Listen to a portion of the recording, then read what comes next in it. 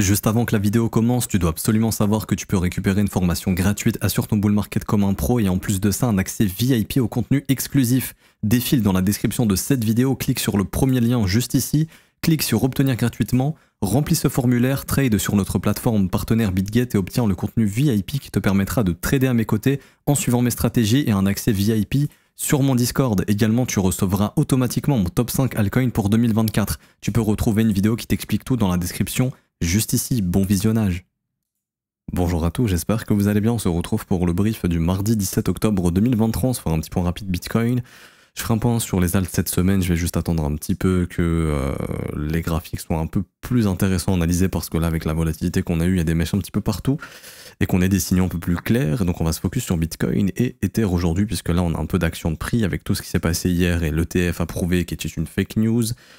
Cointelegraph qui s'explique et qui dit que leur objectif est d'être premier sur les news, etc. Ils ont une grosse pression, machin. Pour moi, c'est un peu bullshit, dans le sens où tout le monde, tout gros journaux, tout gros média a le terminal Bloomberg. Le terminal Bloomberg, c'est quoi? C'est un terminal dans lequel vous avez des tas d'informations, des tas de news en direct qui sont partagées par Bloomberg. C'est un terminal qui coûte, je crois, 22 000 € par an, ou 25 000, je sais plus, qui est assez cher et que tous les médias ont pour être justement en premier sur les news. Par exemple, Bloomberg, quand il y a une news importante qui sort, va la sortir publiquement, par exemple, à 14h03 et elle est disponible dans le terminal Bloomberg à 14h. Il y a toujours un délai. Tous les plus gros algos, justement, sont calés sur le terminal Bloomberg. Donc, en fait, quand Cointelegraph a juste à regarder le terminal, il y a de grandes chances qu'il l'ait, et tout simplement, ils attendent que la news sorte, et dès qu'elle sort, bam, ils balancent leur tweet, leur article, parce que je pense que l'article est déjà prêt en cas d'acceptation des ETF, c'est déjà travaillé en amont, justement, pour être réactif et sortir ça rapidement. Mais le fait que là, il est sorti sans information, c'est un peu bizarre, dans le sens où, déjà, si même le terminal Bloomberg ne sort pas l'information, je ne sais pas comment ils auraient pu l'avoir, à part s'ils étaient en contact avec BlackRock directement, mais ce qui a peu de chances d'être vraiment le cas. Donc probablement que ça a été un mouvement orchestré, je sais pas pour quelle raison. Est-ce qu'il y a vraiment une erreur qui a été faite derrière ça? N'hésitez pas à me dire en commentaire vous ce que vous en pensez, parce que moi je trouve ça un peu bizarre pour être honnête, quand on a des informations aussi fiables comme maintenant, enfin surtout quand t'as un terminal Bloomberg, t'as rien à faire, hein, tu regardes en direct les news qui arrivent et tu les as avant tout le monde. Donc voilà, c'est un peu grossier de faire ce genre d'erreur. Après, encore une fois, l'erreur est humaine, ça se trouve, ils ont vraiment fait une erreur, je sais pas. Mais voilà, perso, je trouve qu'on peut émettre un doute parce que je trouve ça vraiment très bizarre et très suspect. Quoi qu'il en soit, comme j'en ai parlé hier, le prix est venu dans une zone de stop parfaite. C'est-à-dire que j'en avais déjà parlé, mais franchement, je m'attendais pas à ce qu'on aille la chercher, mais au final, le marché vient la chercher. C'était la zone de stop qu'on avait vue ici au-dessus des 30 400 $. Donc ça, c'était la confirmation qu'on était bien dans un range et que le marché vient chercher le haut du range. Et c'est chose qu'il a faite, ok? Donc là, je parle pas du gros range ici que vous voyez, hein, je parle vraiment du range intermédiaire qui est celui-ci. Ok, donc le marché est revenu en haut de range après avoir posé un creux dans le bas du range.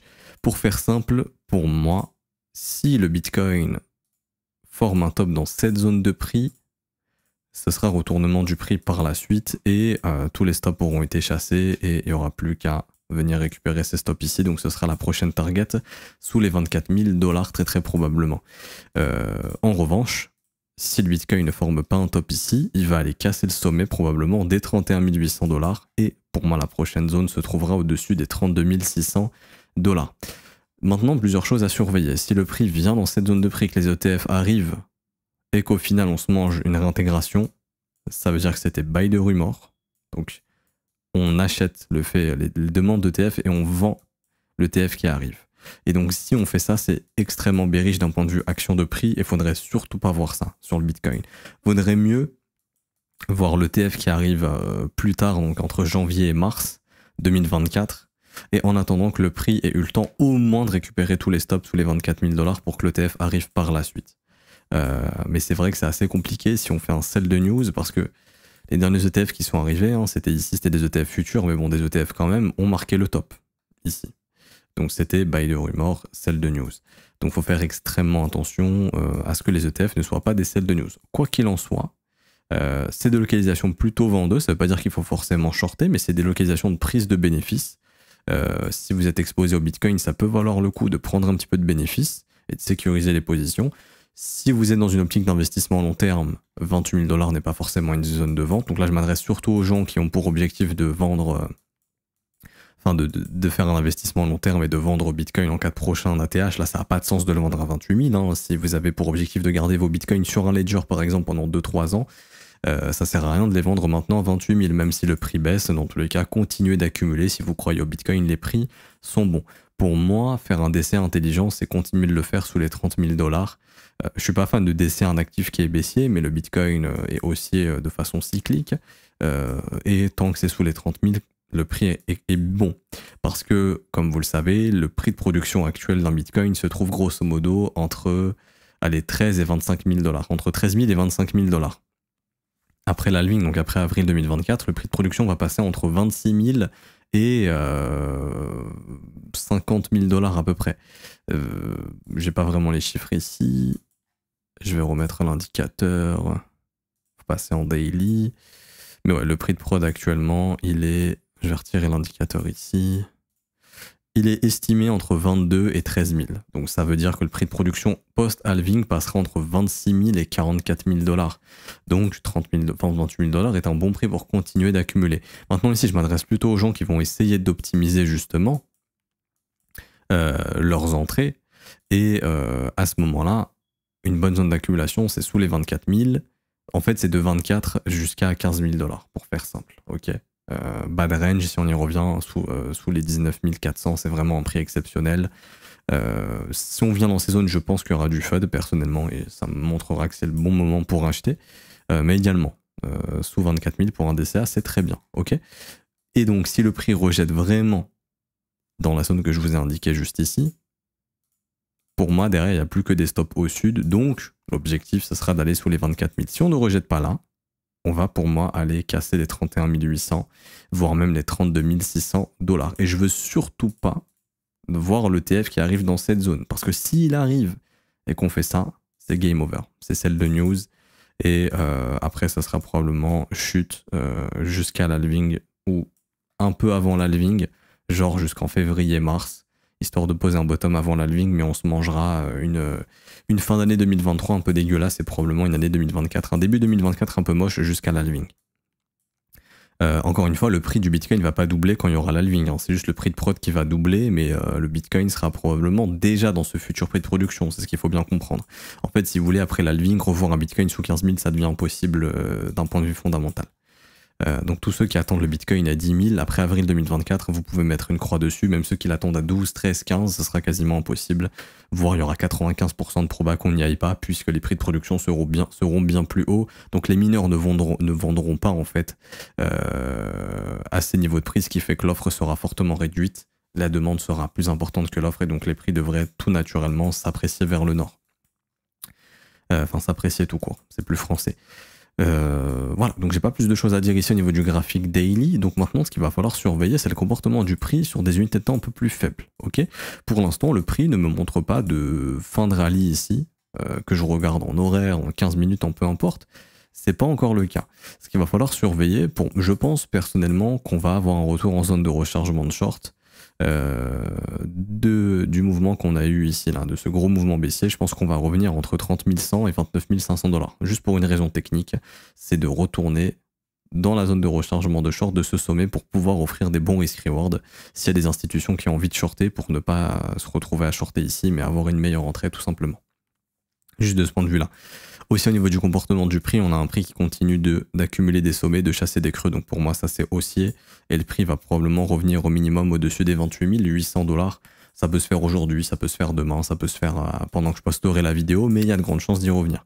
D'ailleurs, si vous shortez ici, c'est pas une bonne localisation.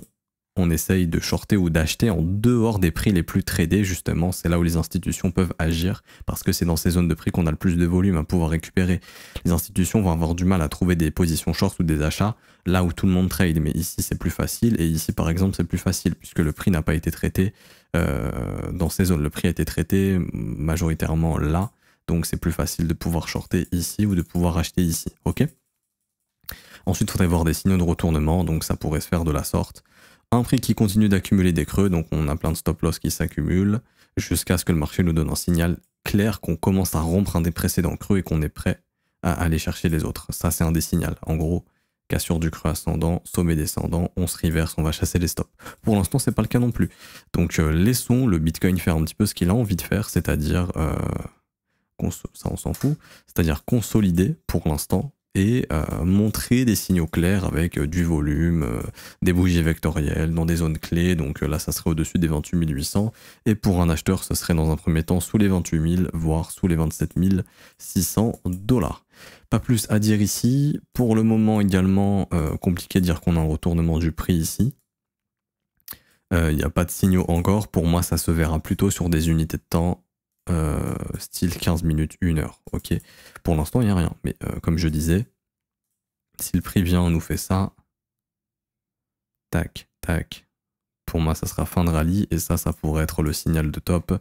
Et qu'on est top en fait. Hein, et que ce move était peut-être une manipulation orchestrée pour qu'on ait beaucoup de volume à exécuter dans des zones bien claires et définies qui étaient au-dessus des 30 400 $. Un peu un exit pump, tout simplement, hein, qui a été une énorme distribution ici.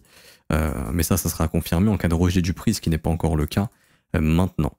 Pas plus à dire pour Bitcoin. Pour Ether, c'est un petit peu différent, dans le sens où Ether, lui, il est venu dans son bad range. Ici, il est venu chasser quelques stops, hein. On n'est pas venu chasser tous les stops du bad range, mais dans un range, quand le prix vient dans le bad range, on peut s'attendre à un retour mid-range, donc on l'a eu avec cette grosse mèche, voire même un retour haut range. Ce que je vais surveiller sur Ethereum, c'est si le prix faiblit, qu'on revient en zone de rechargement de short du dernier mouvement qu'on a eu hier, donc entre 1625 $ et 1612 $, et que le prix faiblit, ça pourrait être la fin de ce rebond, une reprise baissière qui ira chasser les stops sous 1490 $ de mémoire. C'est ça, sous 1490 $. En revanche, là actuellement, je vois pas encore de signal de reverse. Après, ETH est plus faible que Bitcoin, il suffit de regarder ETH BTC, ici. ETH BTC continue de dumper. Bon, après ici, il y a tellement eu de volume que je pense que ça va être une zone qui va être maintenue et ça pourrait permettre à ETH de retrouver un peu de force face au Bitcoin. Mais grosso modo, si le prix vraiment faiblit dans cette zone de prix ici, là, ça sera le reverse. En revanche, si on ne faiblit pas, pour moi, il y a clairement beaucoup de stops à aller chercher. Et en plus, ça tombe bien, c'est en zone de rechargement de short dans le haut du range, dans des imbalances. Donc rappelez-vous, ça attire le prix comme un aimant, comme ici, hein, ça attire le prix, on y est revenu. La prochaine zone, elle est au-dessus des 1675 $, voire même au-dessus des 1690 $. Donc c'est pour ça que j'ai deux alertes ici. Et si le prix ne se retourne pas ici, pour moi, il y aura une bonne opportunité de short dans ces niveaux de prix. Il faudra avoir des signaux de retournement, des structures baissières comme ceci, ou des patterns de retournement avec du volume. Ça sera des signaux de reversal pour justement trouver une entrée short dans ce haut de range et ramener le prix tout simplement bas de range, voire même le casser au sud par la suite. Ok. Donc voilà, j'ai pas forcément plus de choses à dire sur Ethereum. Ethereum a été plus faible que Bitcoin sur ce rebond. On a vu un ETH BTC qui s'est fait défoncer. Mais sinon, en dehors de ça, non, il n'y a pas forcément plus de choses à dire pour moi sur Ether. Cette zone, c'est une zone de stop qu'on avait déjà identifiée, donc le prix est revenu, ça m'étonne pas trop. Bon, après, ça a été appuyé par la volatilité du Bitcoin et cette fake news. Mais sinon, en dehors de ça, le taf a été fait, mais je vois pas forcément encore de gros retournements. Bon, après, ça a été très volatile, donc c'est très compliqué. Il y a probablement une grosse distribution qui a été faite aussi grâce à ces stops, il y a eu de l'absorption, donc il y a des gens qui ont dû vendre pas mal. On peut peut-être voir ça sur Trading Light. Donc sur le Bitcoin, il y a eu beaucoup de sell limites qui ont été fill. Mais ETH, c'est vrai que j'ai pas regardé. Alors, on va regarder déjà sur le perf, après on ira voir sur le spot. Ouais, il y a eu énormément de sell limites pareil qui ont été fill ici. Beaucoup sont sortis de position, on en profitait pour se barrer de leur longue. Donc c'est aussi un peu une forme de distribution. Et je vais regarder sur le spot de BTC et d'ETH. Ouais, bon, beaucoup de sell limites, mais c'est normal. Hein. Après, les order books sont liquides, ça y a pas de problème. Ça se voyait surtout sur le PERP et sur ETH. Ouais, ETH aussi, beaucoup de sell limit ici. 1200 Ether, 1000 Ethereum ici vendus, 885 vendus ici. 700 Ethereum vendus ici. 270 ici, 742, 200, 200.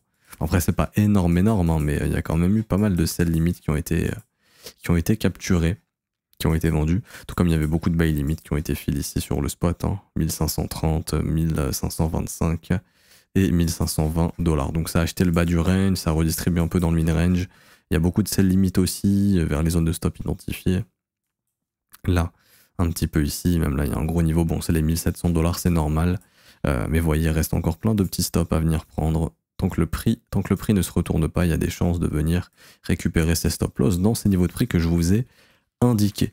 Pas plus de choses à dire pour moi sur Ether, donc ça dépendra beaucoup de Bitcoin. Si Bitcoin revient, je vais juste remettre ici BTC. Si Bitcoin revient dans la zone identifiée, c'est-à-dire la zone de rechargement de short entre 29 500 et 30 000 $, ça nous fait une poussée du prix de 4 à 5 voire 6%. Ether, pour aller chercher ces zones de stop, il lui faut environ 5,50 à 7%. Donc il faudrait que THBTC rebondisse un petit peu. Et si Bitcoin va chercher sa zone de rechargement de short, Ethereum va aller chercher tout naturellement les stops là-bas. Et après, si le prix faiblit, ce sera fin de rallye et le moment de shorter pour trouver un plus bas probablement sous ces creux, tout simplement. J'ai pas plus de choses à dire aujourd'hui sur Bitcoin et Ether. Comme je vous ai dit, j'attendais un peu au niveau des alts que ça bouge plus. Donc là, j'attendrai que toutes ces mèches soient comblées, qu'on ait une action de prix un peu plus intéressante. Donc je m'arrête ici pour aujourd'hui, j'espère que ça vous aura plu. Si c'est le cas, n'hésitez pas à laisser un petit pouce bleu, vous abonner si ce n'est pas déjà fait. Également à rejoindre la formation gratuite, elle est gratuite encore pour le moment et vous aurez aussi accès au contenu VIP si vous tradez sur notre plateforme partenaire BitGet. Donc c'est très rapide pour être éligible, vous inquiétez pas, et après vous pourrez trader à nos côtés et avoir accès au contenu exclusif. Et également si vous souhaitez vous former, ça se passe dans l'école, ça commence à 49 € par mois, c'est sans engagement, tout est disponible en rediffusion, que ce soit les cours, les vidéos, les briefs quotidiens que je fais. Vous avez aussi un accès à mes côtés tous les jours où j'échange avec vous dans les briefs et sur le Discord, donc je suis là pour vous accompagner dans votre trading. Avec la formation, vous avez accès à l'analyse technique, donc vous allez apprendre l'analyse technique, l'analyse fondamentale, développer vos propres stratégies, comprendre la psychologie des marchés, l'order flow, créer votre propre plan, vous apprendre vous-même sur votre propre psychologie et savoir quel type de stratégies peuvent fonctionner pour vous. Si vous avez un profil plutôt d'investissement, de day trading, de swing trading, ça dépend de chacun, on a tous des profils différents. Qui peut aussi changer au fil du temps. Par exemple, mon profil a beaucoup évolué, c'est beaucoup plus tendu vers du swing, voire de l'investissement cyclique, comme je l'appelle. Donc c'est vraiment trouver des bottoms sur des grosses unités de temps et surfer les cycles. C'est plutôt mon profil maintenant. Donc tout ça est enseigné dans l'école. Je vous mets le lien en description ou en commentaire épinglé pour vous inscrire. Vous avez un accès immédiat une fois que le paiement est procédé. Et si vous avez une question, n'hésitez pas en commentaire de cette vidéo, j'y répondrai. Vous avez aussi les offres 3 mois, 6 mois et 12 mois si vous voulez partir sur des abonnements plus long terme qui offrent des réductions plus intéressantes que l'abonnement mensuel qui est l'abonnement d'entrée, tout simplement. Je vous souhaite une bonne journée. On se retrouve demain ou jeudi, ça dépendra un petit peu des marchés. À demain ou à jeudi. Ciao, ciao.